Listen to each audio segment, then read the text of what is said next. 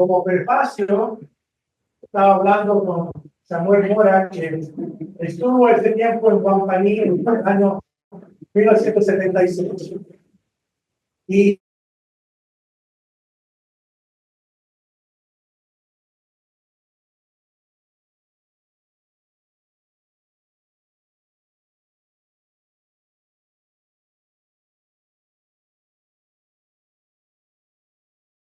tenemos de muchos años antes, y él siempre ha sido muy estudioso. Y me habló de esa serie que en Chile logré cada sábado dar un estudio que era a través de toda la Biblia. Y lo nombré la Biblia bajo el lente de la ciencia, porque íbamos a estudiar la Biblia, pero con todas las herramientas de la ciencia, la geografía, lo que es la historia, lo que es los estudios en hebreo, en griego, lo que era la arqueología, que también es una de mis pasiones. Y así es como empezamos en Génesis, capítulo 1, ya hace como año y medio, terminé el estudio, me tomó 30 años. Y después, ya con la ayuda de algunos ministros, pudimos pulirlo, editarlo, y ahora son parte de la sección de IDU que tenemos, IDU.org. ¿Perdón?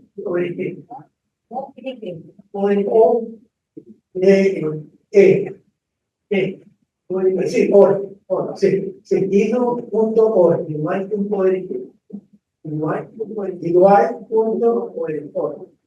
ORG.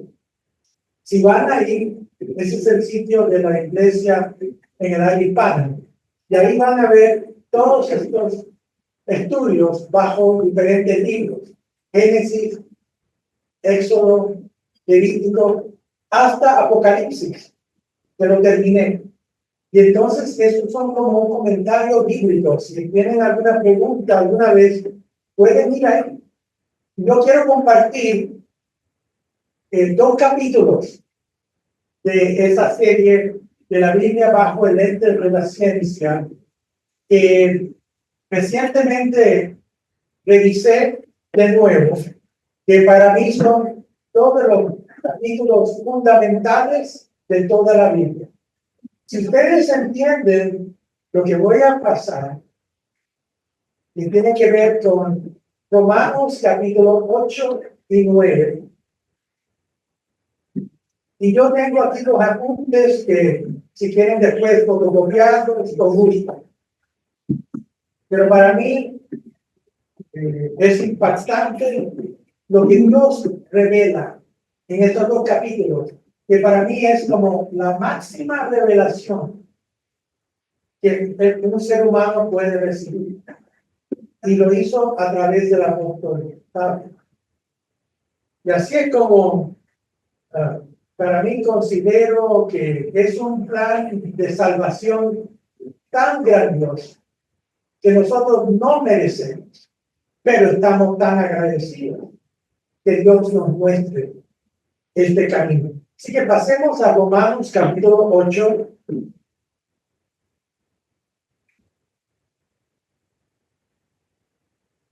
Porque aquí revela Dios a través del apóstol Pablo el propósito que Dios tiene para todos nosotros.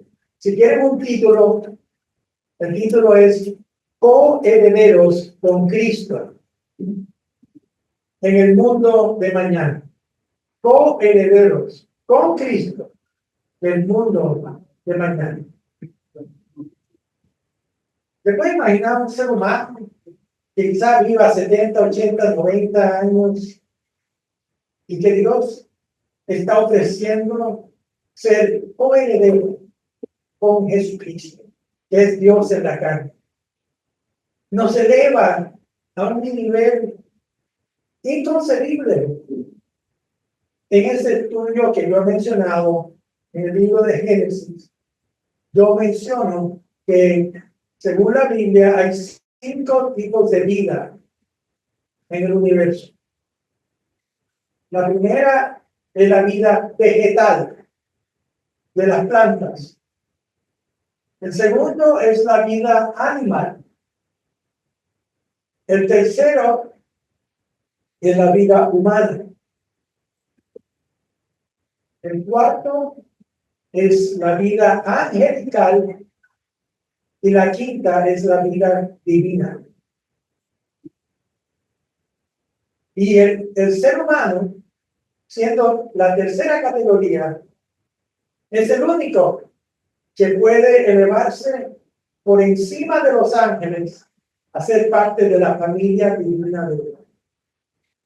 Y eso es lo que el apóstol Pablo está revelando con más claridad y detalle que cualquier ser humano puede recibir. Y así es como entonces en Romanos capítulo 8, vamos a partir en el versículo 16,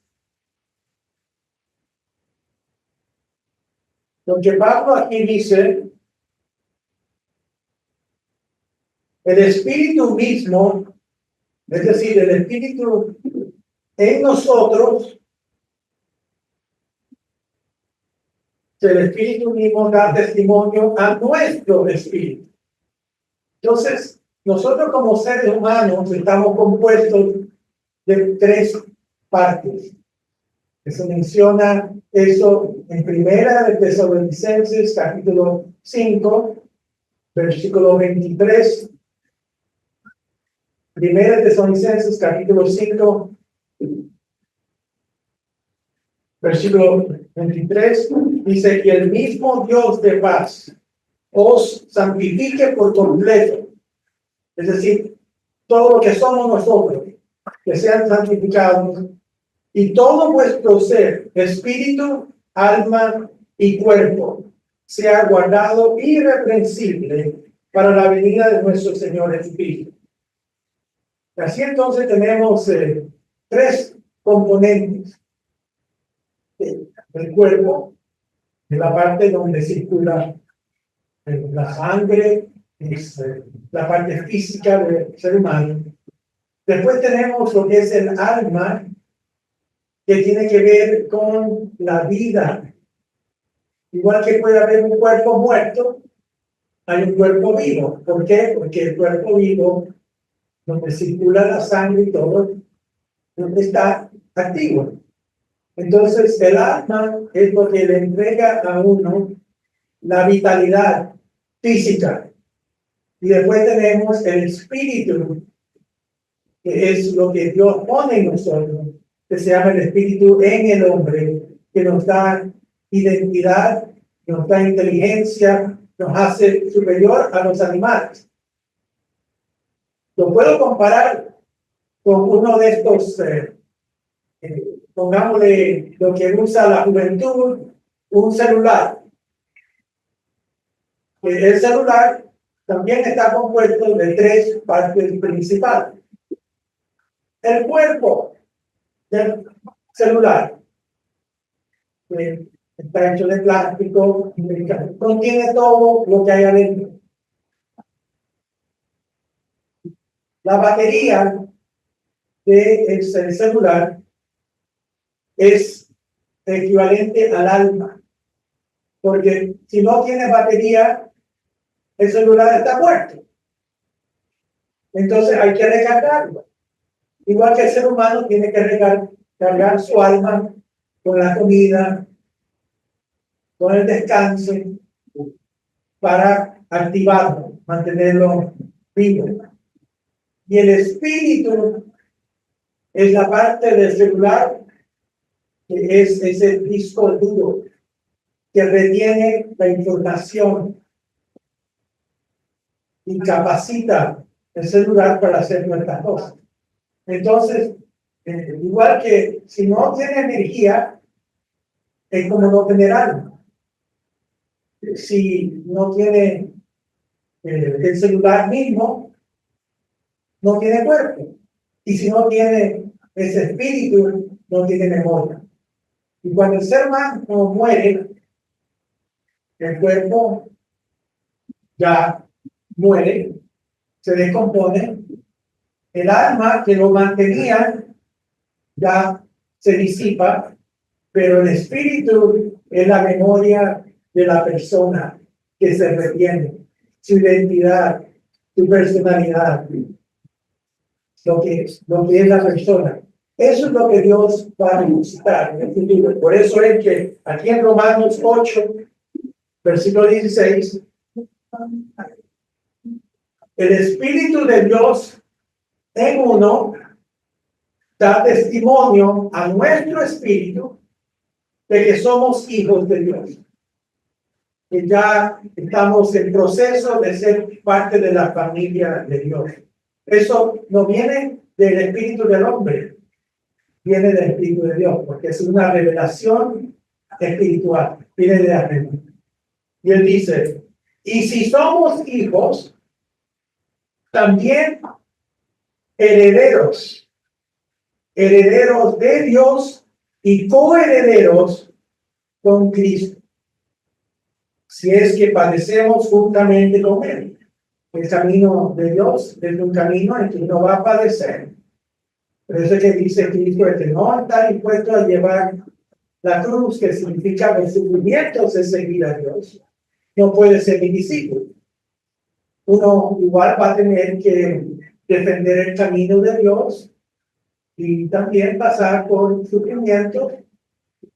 Y aquí sigue diciendo,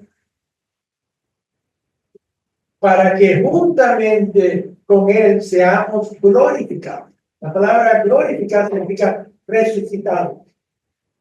Eso es lo que Dios hace. Y así es como increíble que no vamos a ser seres inferiores de una familia secundaria de Dios. No, vamos a ser parte con Dios Padre. Jesucristo es nuestro hermano mayor y nosotros vamos a ser hermanos y hermanas de Jesucristo mismo y van a ser coherederos con Él. ¿Se puede imaginar ser elevado? Por eso es que en Hebreos, tienes aquí un dedo en Romanos, Hebreos capítulo 1,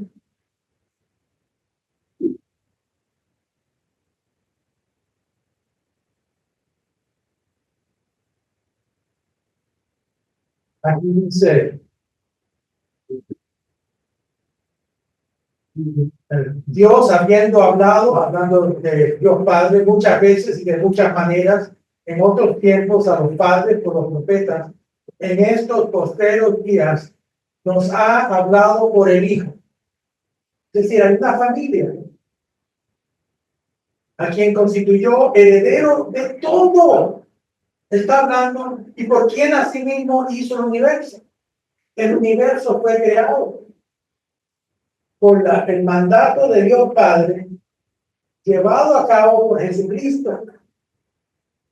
Y ahora, lo que Él creó, Dios le va a entregar esa herencia. Y los que son fieles van a heredar la herencia junto con Jesucristo. Y aquí en el capítulo 2, versículo 11, aquí hablando de Jesucristo, dice, porque el que santifica, los que son santificados, es decir, Cristo es el que santifica, y los que son santificados, de uno son todos, hablando de una familia, por lo cual no se avergüenza, hablando de Jesucristo, de llamarlos hermanos. Hermanos menores. Entonces, esto es una revelación que va más allá de la ciencia ficción, más allá de la imaginación del ser humano. En 1 Corintios 2, versículo 9 dice, ojo no ha visto, ni oído ha escuchado, las cosas que Dios tiene preparadas para los que le aman. Es decir, no hay imaginación en la humanidad que pueda llegar a ese nivel del futuro. Eso contesta la respuesta a la pregunta: ¿por qué existe usted? ¿Por qué vino a esta tierra a existir? El potencial que tiene es este. Y así continúa en Romanos 8. Aquí el versículo 14, vamos a ir un poquito hacia atrás. De Romanos 8 dice: porque todos los que son guiados por el Espíritu de Dios, estos son hijos de Dios. Entonces, aquí hay dos etapas para lo que es la salvación de la persona. La primera etapa es en esta vida física, cuando usted puede ser bautizado y recibir esa porción del Espíritu Santo, que es Dios Padre, que lo está engendrando y poniendo su espíritu. Igual que un ser humano, el hombre pone ese espermatozoide en el óvulo de la mujer, y esa mujer es la iglesia. Y Dios, cuando la persona se bautiza y recibe el Espíritu Santo, es ponerle esa semilla de su espíritu dentro de él. Pero esto es en un estado embriónico. Todavía la persona no ha nacido como va a hacerlo en el futuro. Estamos en la madre iglesia, estamos creciendo, desarrollándonos, pero la siguiente etapa es nacer de nuevo en el reino de Dios. Cuando somos transformados, glorificados, recibimos la herencia. Así que ahora es insignificante. Es igual que todos los que son madres. Y aquí tuve el privilegio de tener 4 hijas. Yo me acuerdo de mi esposa, de 9 meses, que tenía que estar esperándola. Y la tercera hija, porque teníamos 2 hijas y pensamos, bueno, vamos a ir por el varoncito. Y entonces tenía 7 meses y parecía que se había tragado una canoa. Por adelante y por atrás. Pero, y nosotros dijimos, y ella decía, uy, que este niño va a ser grande. Bueno, a los 7 meses fuimos al ginecólogo y me hizo ese sonograma y dice, bueno, aquí está la primera cabeza. Y nosotros, yo le decía, doctor, no es el momento para bromear. ¿Cómo que esta es la primera cabeza? Y dijo, no, si tienen mellizos. Así que por eso es que tenía uno por delante y el otro por atrás. Y justamente salieron y eran 2 hijas. Así que quedamos con 4 hijas. Pero el punto es que en esta vida, la iglesia madre, uno se está desarrollando dentro de ella, y obviamente hay sufrimientos que pasa la madre, que pasa ese bebé hasta que por fin nace. Y así estamos nosotros sufriendo en este mundo, con esa semilla dentro de nosotros, para un día ser glorificados, nacer de nuevo en el reino de Dios. Por eso él revela esto. Vamos a continuar, porque si vamos a tener este maravilloso futuro, dentro de la iglesia madre, van a haber pruebas y dificultades. Versículo 18, Pablo dice, pues tengo por cierto que las aflicciones del tiempo presente no son comparables con la gloria, es decir, la resurrección venidera, que en nosotros ha de manifestarse. Entonces sí, hay pruebas y dificultades que uno envejece va a tener más dificultades físicas y todo. Pero le dice, ¿qué es comparable eso con usted ser resucitado, con un cuerpo espiritual que nunca va a envejecer, que va a tener más poderes que Superman, que puede volar a la velocidad de pensamiento, que va a tener poderes creadores, va a poder crear, igual que Dios Padre y Jesucristo pueden crear, que va más allá de toda la imaginación, todos los superhéroes que uno siempre admira. Mire, toda la combinación de todos ellos no se comparan con lo que uno va a hacer. Y eso me toca a mí mucho, porque cuando yo estaba creciendo en Cuba, los primeros 7 años, y estaba Superman en toda la boca, y ahí todos los programas, y sería Superman volando, y hasta tuve un sueño de que yo estaba volando como Superman, pero me costaba tanto, yo estaba como tratando de volar, ¿por qué me va a costar? Pero yo creo que todos los niños han soñado un día con poder volar así. Y bueno, ahora usted va a volar al pensamiento, a la velocidad del pensamiento. Es decir, si decimos, mire, aquí Samuelito con su planeta, aquí en esta otra galaxia que ya nos invitó. Y vamos a ir a su planeta que él ya ha remodelado, ha embellecido, y ahora vamos a ir todos. Ay, no tenemos que estar, ay, qué rápido, tengo que pasar por todos estos planetas. No, piensa y llega. Igual que Cristo, cuando fue resucitado, y María vino a la tumba, y se presentó, y ella quiso abrazarlo y dijo, no, porque todavía no he ascendido a mi Padre. Tenía que ser aceptado formalmente por Dios Padre. Y entonces él dijo, ve y habla con los demás, los apóstoles, y avísales que me viste resucitado.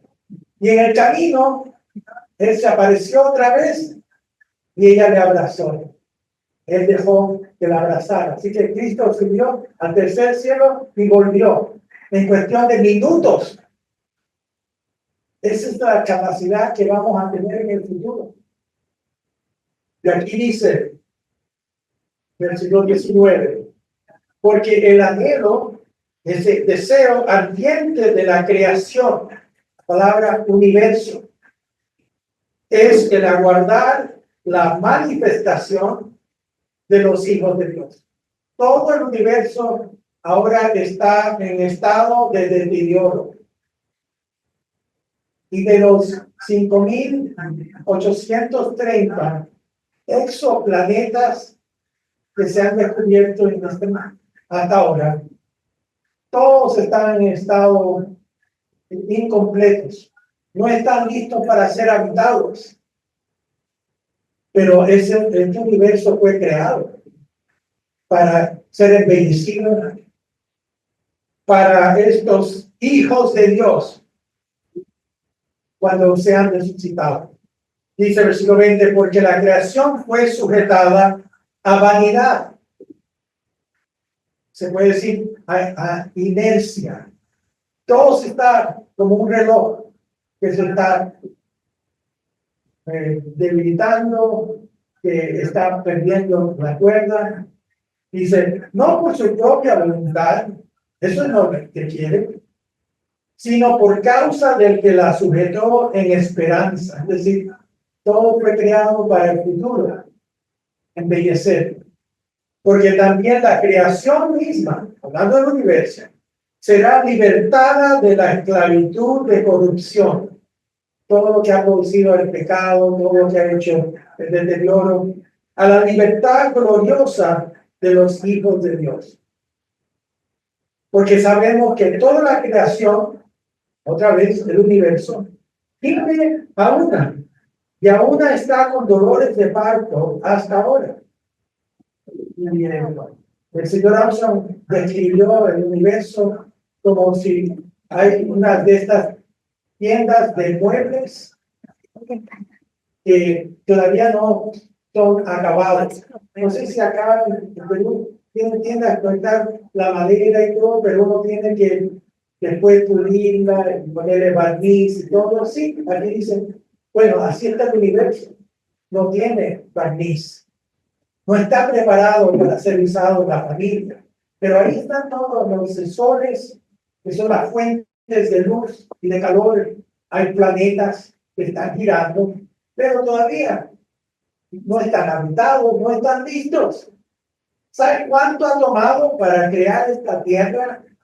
Dios la tuvo que poner en su órbita exacta, en su distancia del Sol, de también la rotación de 24 horas para que sea como una de estas roticerías de polvo que se calienta ecuanimamente de forma pareja para que nadie sufra demasiado frío o calor. La Tierra está compuesta principalmente de la capa superior, que es donde está toda la Tierra, y está delgada como la piel de una manzana.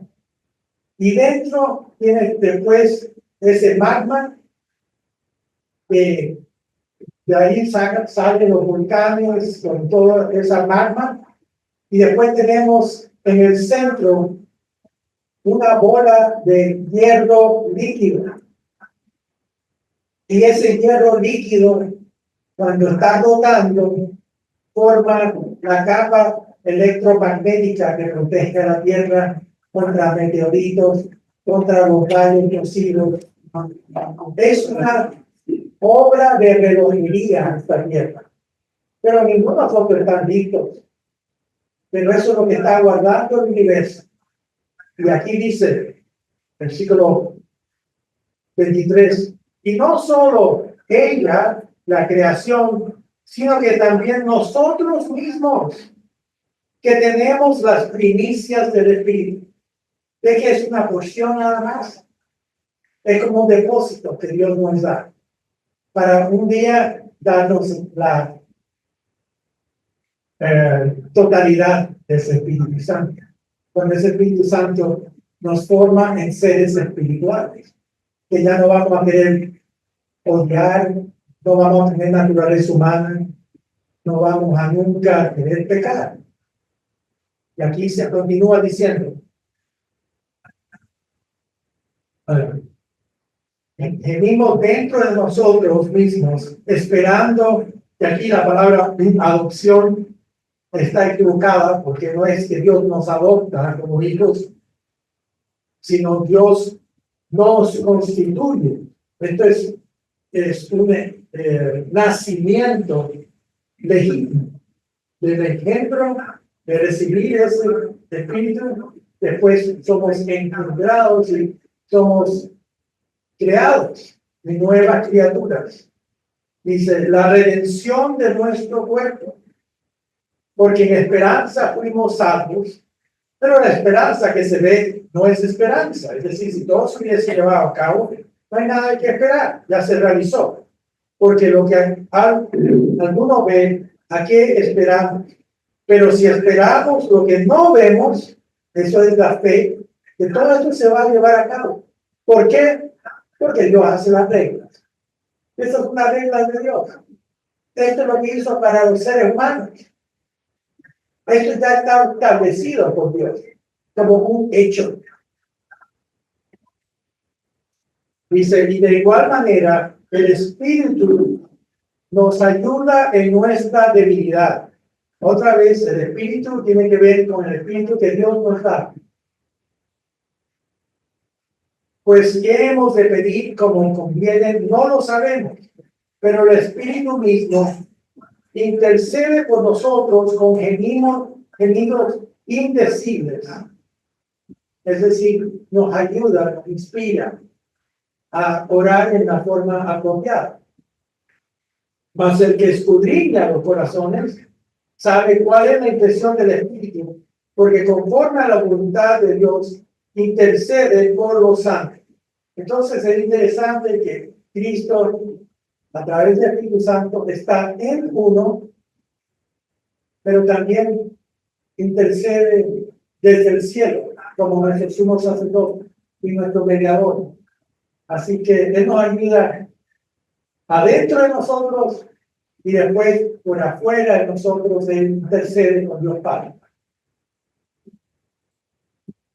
Y dice el versículo 28, este es otro beneficio más de seguir el camino de Dios. Y sabemos que a los que aman a Dios, los que le obedecen, todas las cosas les ayudan a bien. Esto es, a los que conforme a su propósito son llamados. Esto no significa que todas las cosas van a ser buenas, pero que Dios va a enderezarlas, encauzarlas, para que a la larga uno verá que eso sirvió, sin propósito. A los que conforme a su propósito son llamados. El llamamiento de Dios es lo que es el comienzo para que uno pueda bautizarse. Una vez, aquí teniendo a mi esposa Katy, tenía un hermano menor que durante su adolescencia y todo, dejó la iglesia. Se fue al mundo, pero después volvió. Yo estaba ahí en Santiago. Y entonces él me preguntó, ¿cómo puedo saber yo si Dios me está llamando? Y yo le dije, es muy sencillo. Si estás obedeciéndolo, y esto es lo que tú quieres para tu vida, Dios te está llamando. No te preocupes tanto. Sigue el camino y Dios te va a fortalecer y te va a guiar. Pero no te va a guiar si no estás aquí, si no estás aprendiendo, si no estás creciendo espiritualmente. Es como decir, ¿cómo puedo graduarte de la escuela si no voy a las clases? Esta es la materia que se necesita para graduarse. Entonces, él llegó, después no tuvo ninguna duda, fue bautizado, pero ya en la iglesia en Santiago, fiel, dedicado. Nunca dudó más, pero es porque Dios en uno que está haciendo la obra. Y así continúa diciendo aquí, porque a los que antes conoció, también los predestinó, que significa que Dios tiene este plan de salvación compuestos con lugares que le va a entregar a estas personas.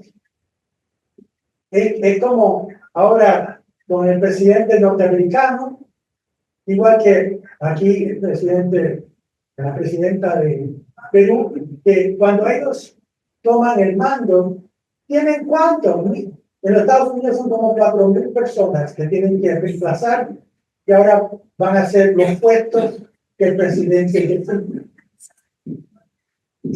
y los padres de Cristo tienen un reino con todos estos puestos que ya están preparados, pero no las personas que por fin las llenan. Por eso son llamadas las personas. Igual que el presidente puede decirme, oiga, ¿saben que en el Ministerio aquí de Economía hay un puesto acá que me gustaría que tú llenaras? Y muchas veces dice, bueno, me gustaría, pero tengo los papeles quemados, no quiero que salga mucho la publicidad. ¿Y qué hace el presidente? Deja desocupado y se fue. No, llamará a otra persona. Por eso Cristo le dice a la iglesia ahí en Apocalipsis, capítulo 3, que nadie te quite tu corona. Me gustaría esa corona de gobernar con Cristo que fuera otra persona, porque uno no le accedió, no aceptó lo que Dios quería hacer con uno. ¿Qué tanto quiere uno gobernar con Cristo que Él personalmente lo entrena a uno? Ya saben que los apóstoles tuvieron 3 años y medio entrenados por Jesucristo y cómo cambiaron. ¿Cómo sería 1000 años bajo Jesucristo? ¡Qué fantástico! poder embellecer la tierra y prepararla después de los 1000 años para que venga la segunda resurrección, como estaba diciendo. Aquí no solamente van a mantener el reino que Cristo viene, va a tener que, usted va a gobernar sobre los peruanos que sobreviven todo este periodo de la gran inflación. Y después en el milenio, pero después en la segunda resurrección van a visitar los incas y van a tener que enseñarles el camino de Dios a ellos, porque ellos tienen acceso a la salvación también. Así es como Dios está trabajando ahora, y por eso dice, versículo 29, porque a los que antes conoció, lo que Él tenía en mente para esos puestos, pero esto es solamente un llamamiento. Dios no puede forzarlo aún, pero es una oportunidad. Él conoció, también llamó. Y a los que llamó, a eso también justificó. Es decir, Cristo murió por nosotros. Eso es una de los pasos. Deben recibirlo muy agradecido. Cristo murió por mí. Pero uno tiene que reclamar esa promesa. Yo lo comparo con una de estas cajas de seguridad bancaria en que está su nombre y está el sacrificio de Cristo dentro de él.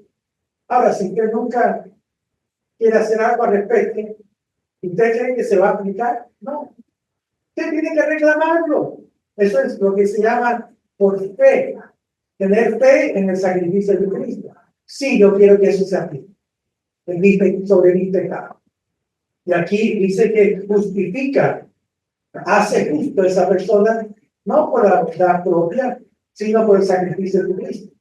Él paga la pena por eso. Y a los que justificó, a estos glorificó. Eso es el futuro. Él va a resucitarnos.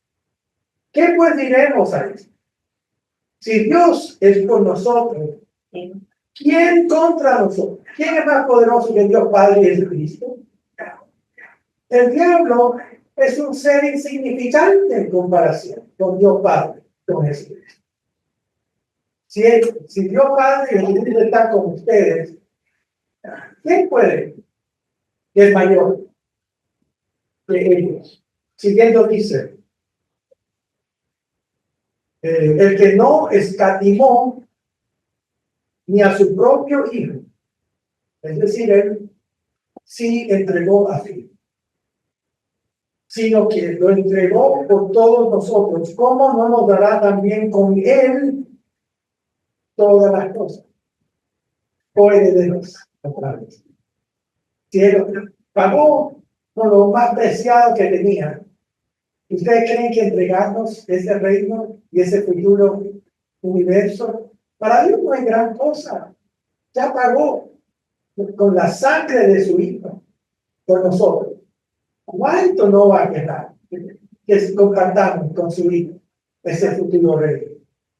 Dice, ¿quién acusará a los escogidos de Dios? Dios es el que justifica. Él es nuestro juez, no los hombres. ¿Quién es el que condenará? Cristo es el que murió, pagó por nuestros pecados, más aún el que también resucitó, el que además está a la diestra de Dios, el que también intercede por nosotros. Ahí está la segunda forma que intercede. No solo dentro de nosotros, sino por afuera. Y entonces Pablo, al examinar todo esto, como esto es como ganarse el boleto de lotería del universo. Porque esto no es un boleto de dinero, de temporal. No, esto está hablando del futuro de su vida. Dice, ¿quién nos separará del amor de Cristo? Aquí viene la cosa. Tribulación. ¿Va a haber problemas? Bueno, pero si vale tanto la recompensa. Yo me acuerdo una vez, una atleta olímpica, era una sueca, que ella era de estos saltos en la plataforma, que tenían que tirarse de una altura inmensa, y ahí cuando daban vueltas y todo, y caían en la piscina. Bueno, esta persona era tan delicada que no falló un día, 50 saltos al día, durante 4 años, para prepararse para el premio. Y ella ganó. Pero si hizo tanto esfuerzo, ¿cómo se compara eso con lo que Dios nos pide a nosotros hacer? ¿Cómo gustaría caerse en esa piscina 50 veces? Una tremenda altura. Yo le hice una vez allí en México, cuando estaba en el año 74, allá, que había un lugar que había sido de Juegos Olímpicos en México. Voy a recordar. Pero la cosa es que tenía una de esas plataformas que había que tirarse. Y sabe que la piscina se veía de este tamaño. Uno miraba ahí. Ojalá que no me vaya a la izquierda ni a la derecha, pues no va a quedar nada. Pero me lancé. Y sabe que fue un golpe tan fuerte que me veía abajo, sí, porque estaba tan lejos que solo lo hice una vez. Ya era suficiente. Pero ella 50 veces al día. Tomaba como 8 horas al día, subiendo y bajando. Entonces él dice aquí, ¿quién nos separará? ¿Tribulación o angustia? ¿O persecución? ¿O hambre? ¿O desnudez? ¿O peligro? ¿O espada? Es decir, a veces si le ponen la espada, niegue su fe o va a morir. Entonces puede decir, bueno, lo que yo tengo en el futuro es tan maravilloso que no lo voy a equiparar con mi vida actual. Dice, como está escrito, por causa de ti somos muertos todo el tiempo. Somos contados como ovejas en matadero. El mundo no nos quiere. Satanás no nos quiere. Dios nos quiere. Antes, en todas estas cosas, somos más que vencedores. La palabra griega significa súper vencedores. Más que vencedores por medio de aquel que nos amó. No por nosotros, no por nuestra fuerza, sino por el que está ahí fortaleciendo. Por lo cual, estoy seguro de que ni la muerte, ni la vida, si yo muero mañana, voy a estar tranquilo, porque mi carrera, espero que Dios tenga misericordia, pero esto es lo que yo estoy haciendo, la carrera de la fe.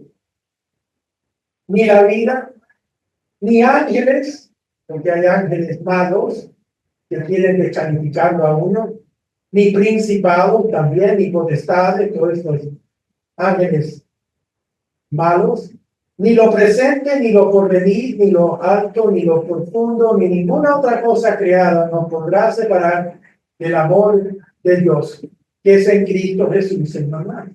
Esa es la relación que tenemos. Ese es el pacto más importante.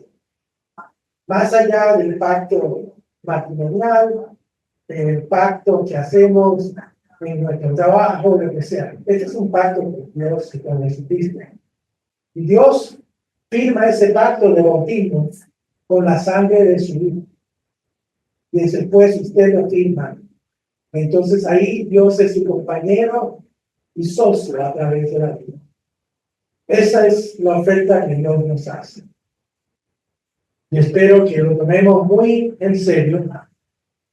En el capítulo 9 no voy a repasarlo, pero es donde Pablo habla de cómo le gustaría más de sus compañeros judíos que pudieran entrar en la iglesia, pero que Dios tiene un plan para ellos en el futuro, para resucitarlos en el futuro. No se ha perdido ese Israel físico que rechazaron a Cristo en ese momento. Ahí en Romanos capítulo 11, él termina diciendo acá, en el versículo 26. Empecé en el versículo 25. Con esto voy a terminar. Dice, porque no quiero, hermanos, que ignoréis este misterio, que es una revelación de Dios, para que no seáis arrogantes en cuanto a vosotros mismos, que ha acontecido a Israel endurecimiento en parte, hasta que haya entrado la plenitud de los gentiles, y luego todo Israel será salvo. No se han perdido, pero nosotros somos los privilegiados que Dios ha llamado.